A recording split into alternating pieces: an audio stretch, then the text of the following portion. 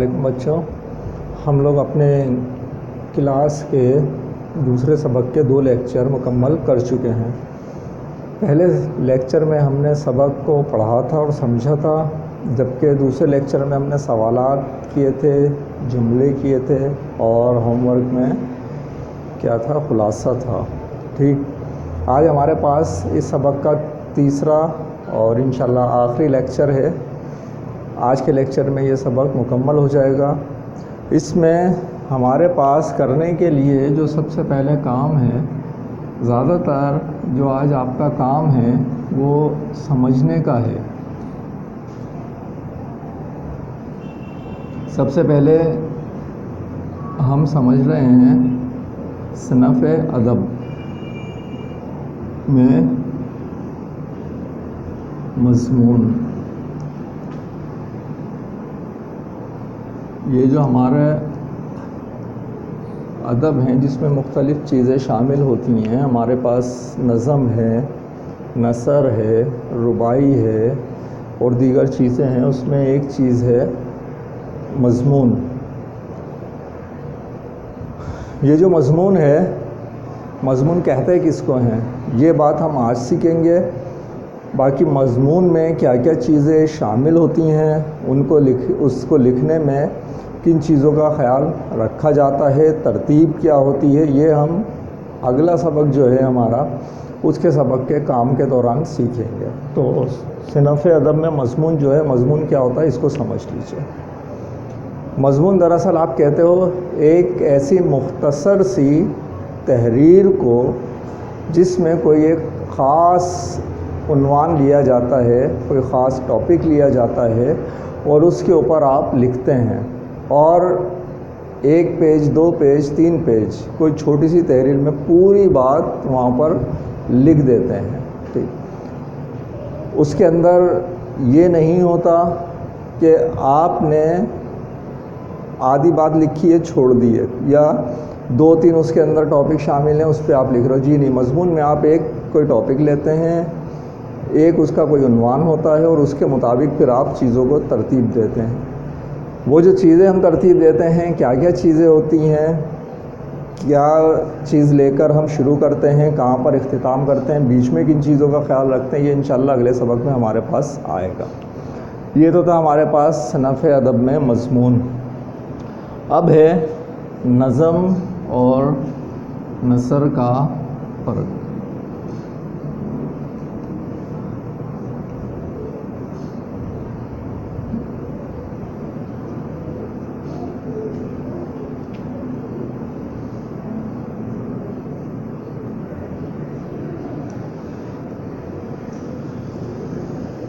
نظم اور نثر میں فرق، مقصد شاعری میں اور آپ کے جو نثر ہے اس میں فرق کیا ہے۔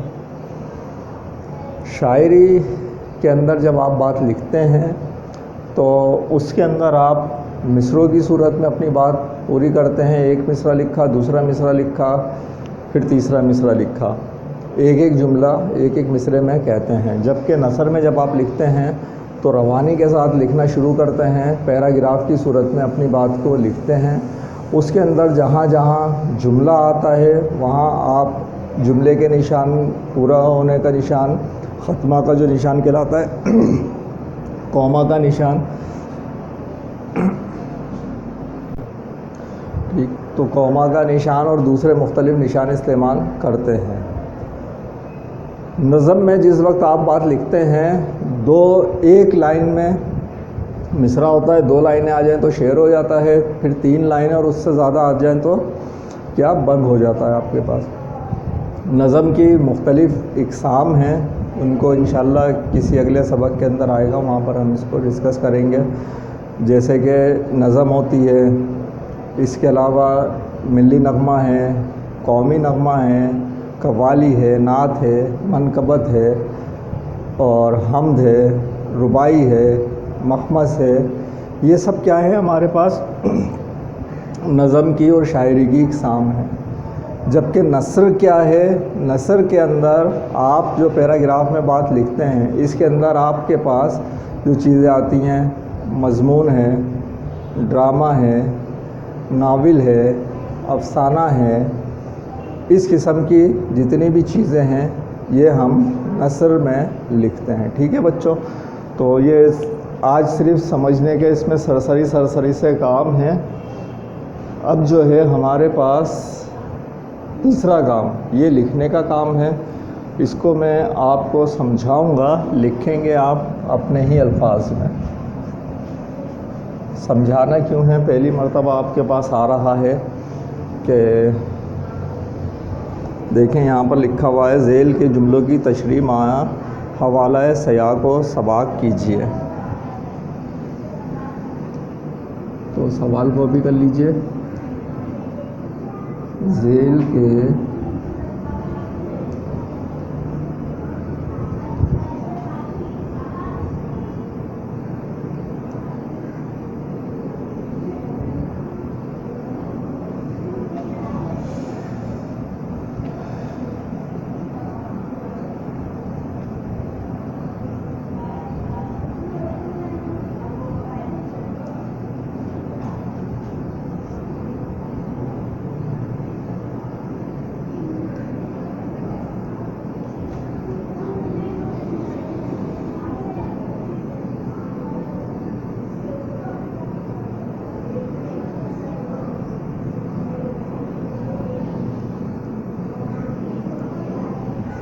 یہ یہاں پر 2 جملے دیے گئے ہیں اور اس کی ہمیں تشریح کرنی ہے سیاق و سباق کے حوالے سے. مطلب کیا ہوتا ہے اس میں؟ آپ کیا کرتے ہیں، مصنف کا حوالہ بھی دے دیتے ہیں، سبق کے نام کا حوالہ دے دیتے ہیں، اور جو جملہ دیا گیا ہے اس کے اندر اگر آپ دیکھیں جو پہلا جملہ ہے اس سبق سے ہٹ کر بھی اس جملے کی اپنی ایک حیثیت ہے. لیکن آپ کیا کریں گے، یہاں جو سبق کے اندر جس عنوان کے تحت یہ چل رہا ہے آپ اس میں رہتے ہوئے اس کی تشریح آپ کو کرنی ہے.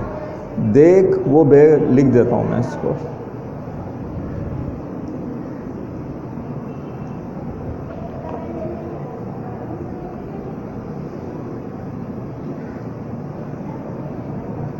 دیکھ وہ بے گناہ قیدی اندھیرے کنویں میں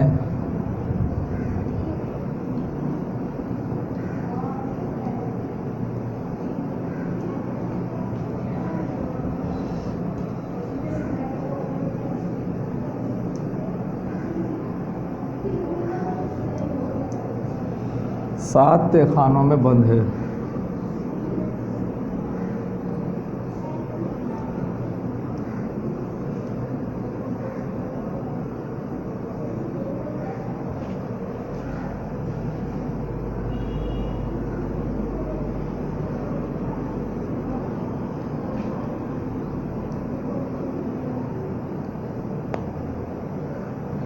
اس کا سورج کا سا چمکنے والا چہرہ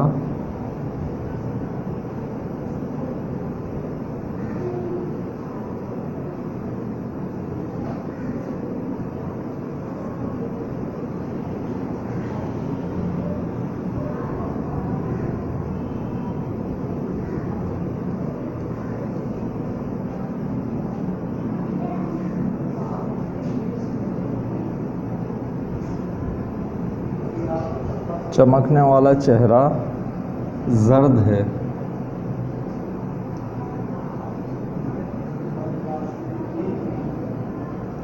بے یار و مددگار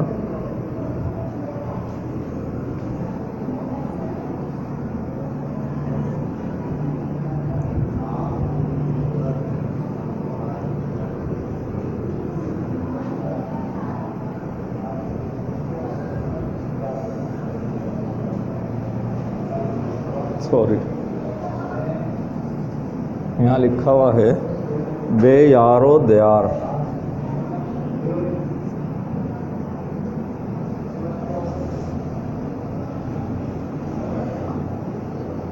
غیر قوم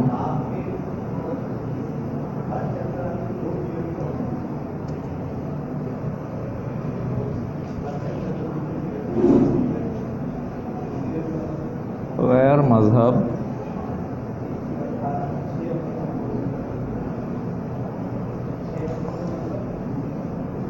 کہ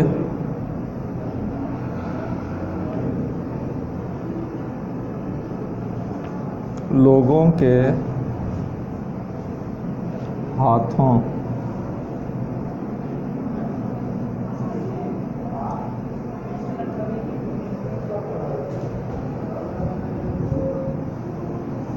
میں قید ہے۔ اچھا، یہ صفحہ نمبر ہے اس کا 22، ڈاکومنٹس میں بھی آپ کو مل جائے گا۔ اب دیکھیں، اس کو سمجھ لیجئے، یہ جملہ آپ نے کاپی کیا، اب ہم اس پر کام شروع کر رہے ہیں۔ کام آپ کس طریقے سے کریں گے، ٹھیک ہے؟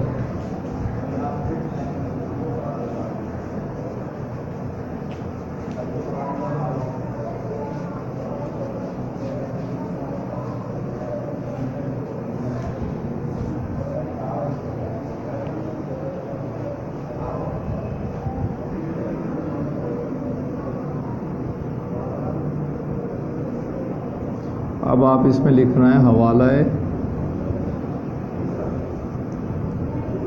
سبق و مصنف۔ یہ آپ نے کیا کیا، ہیڈنگ ڈالی، ٹھیک ہے؟ اب آپ اس کے جواب میں لکھ رہے ہیں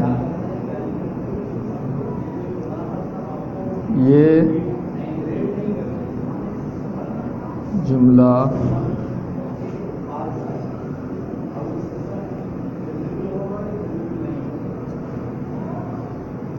ہماری کلاس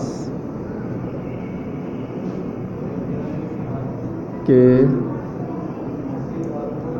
سبق امید کی خوشی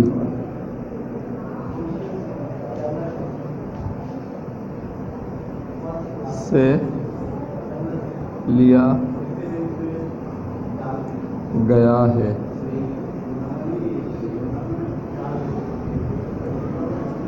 اور اس کے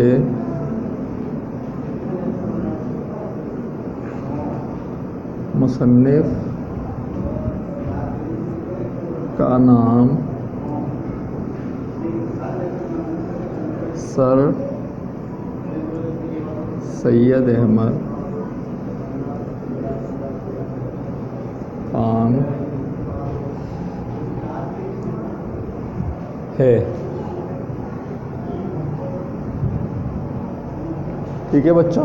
یہ ہمارے پاس حوالہ سبق و مصنف آ گیا۔ اب اس کے بعد آپ یہاں پر ڈالیں گے تشریح کی ہیڈنگ۔ اس سے نیچے آپ نے کیا کیا، تشریح کی ہیڈنگ ڈالی، یہ لکھا، یہاں سے آپ نے تشریح لکھنی ہے، ٹھیک ہے؟ اس جگہ سے تشریح کیا لکھنی ہے میں آپ کو سمجھا دے رہا ہوں، لکھیں گے آپ اپنے الفاظ میں، ٹھیک ہے بچوں؟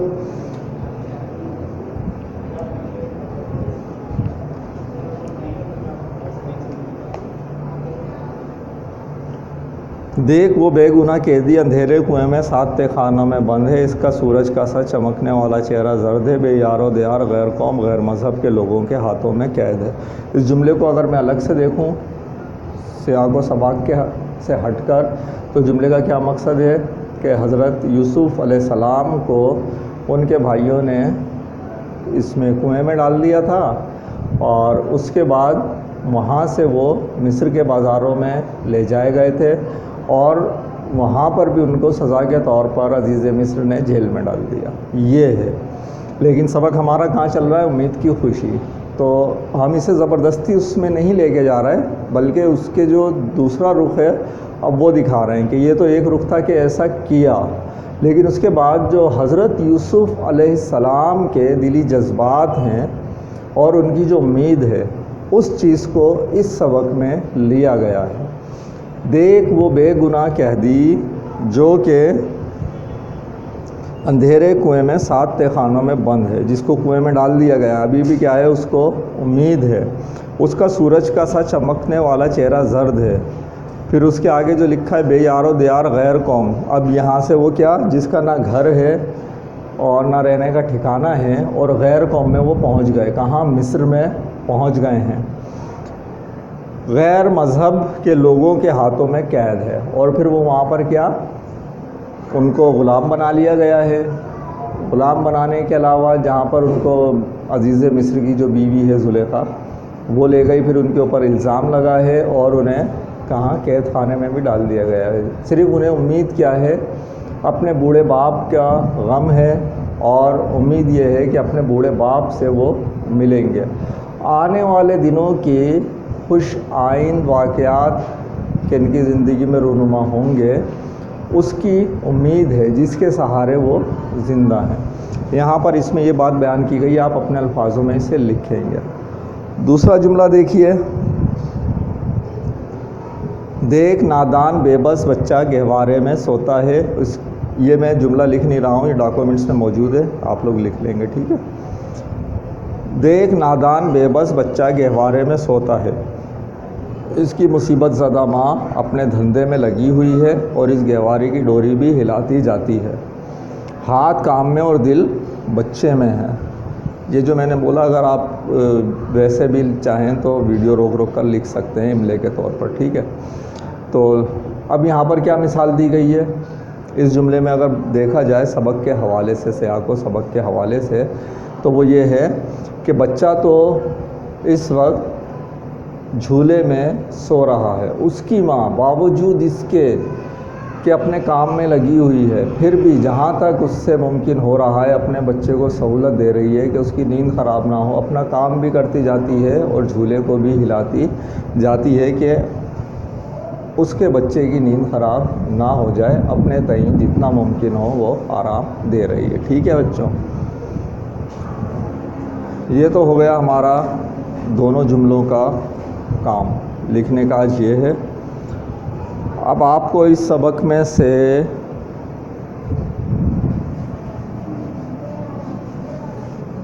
کیا کام کرنا ہے،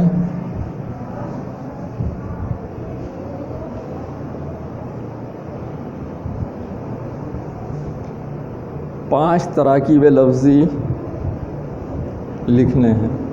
کس میں سے؟ سبق میں سے۔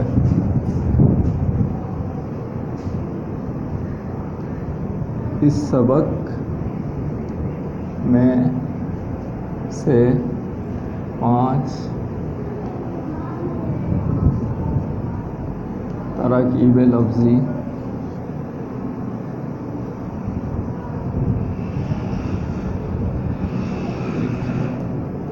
ٹھیک ہے۔ تو تراکیب لفظی ہم لوگوں نے دیکھا تھا، اب آپ کو اس میں سے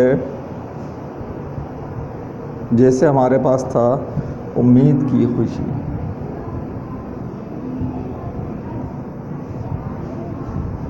یہ آپ کے پاس ایک تراکیب لفظی ہے، لیکن آپ اس کے علاوہ 5 تراکیب لفظی لکھیں گے، جیسے کہ ایک اور تھا خوش الحان، جو پرندوں کی بات ہو رہی تھی،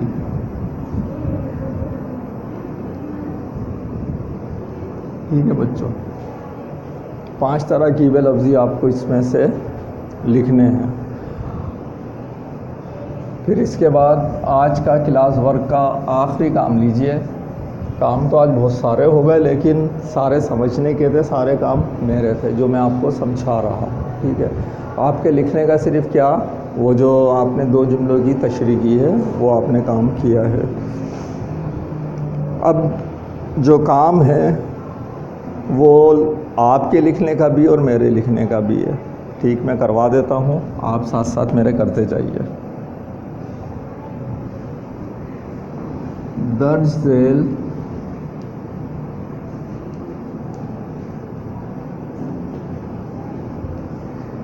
جملوں میں سے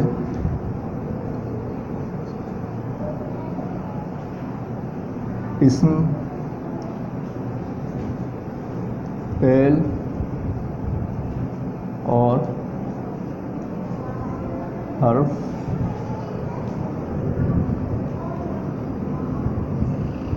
علیحدہ کیجیے۔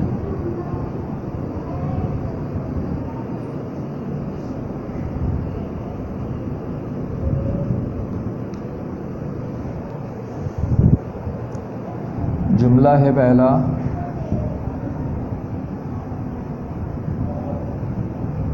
اسلم نے چائے پی۔ دوسرا جملہ ہے حامد کتاب پڑھ رہا ہے۔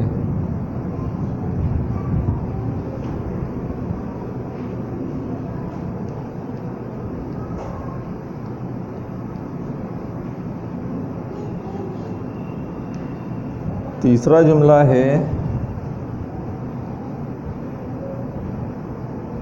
وہ کراچی میں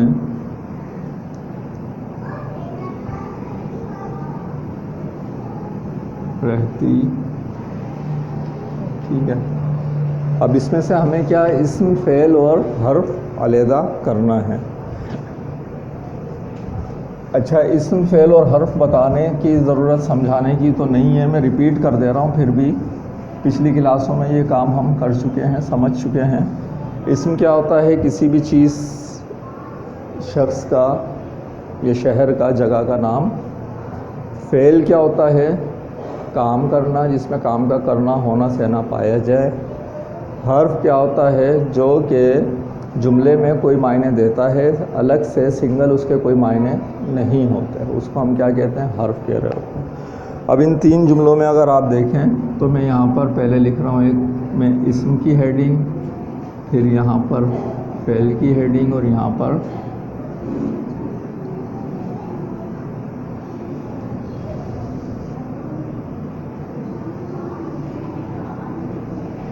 حرف کی پھر اپنی اقسام ہیں، حرف علت، حرف عطف، حرف استجابیہ، وہ بات کی بات ہے۔ ابھی جو اس میں موجود ہیں اسم، اگر دیکھیں پہلے جملے میں اسلم نے چائے پی، تو اسلم پہلے جملے کی بات، اور چائے بھی کیا ہے؟ اس میں نا کسی چیز کا۔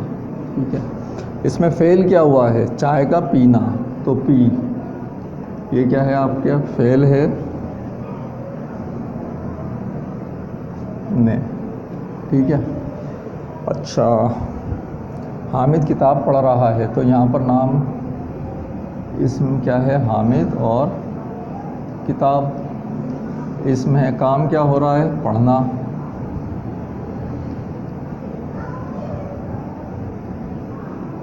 پڑھ رہا، یہ آپ کا کیا ہے؟ فعل ہے اور ہے۔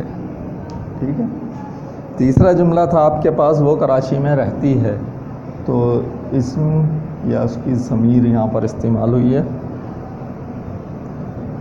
کراچی۔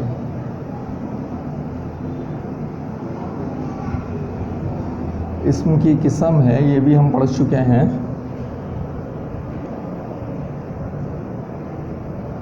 فعل کیا ہے؟ رہنا یہاں پر،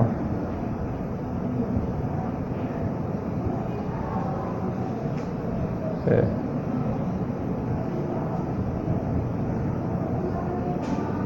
ٹھیک ہے، یہ ہمارے پاس آپ کے اسم، فعل اور حرف آ گئے۔ آج کے لیے بس یہ اتنا ہے، اب آپ اپنا ہوم ورک لے لیجئے۔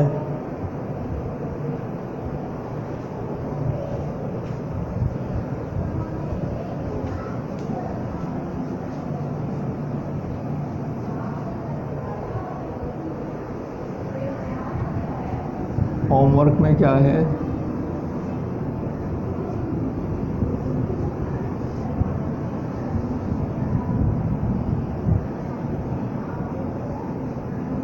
سبق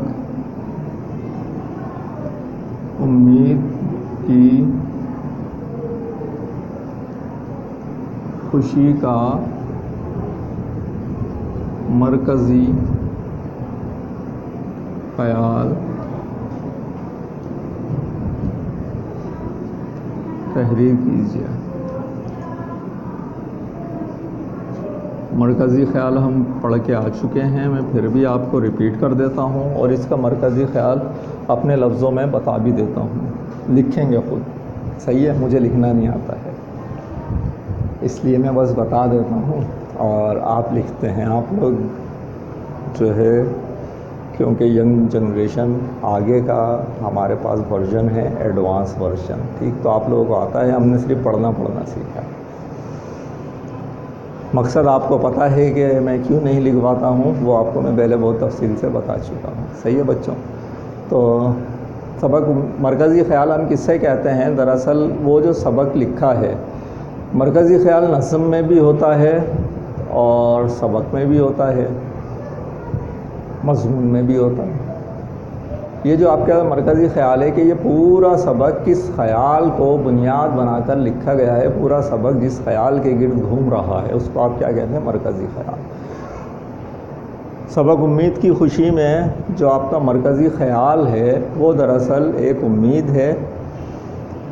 اس سبق کا مرکزی خیال انسان کو ہمیشہ قائم رہنے والی امید ہے، جو اس کو رہتی ہے کہ وہ آج ان حالات سے گزر رہا ہے تو کوئی بات نہیں، اگر پہلے والے حالات نہیں رہے تو یہ بھی نہیں رہیں گے اور انشاءاللہ اچھا وقت بھی آ جائے گا. یہ امید اس کو زندہ رکھنے کا سبب بنتی ہے.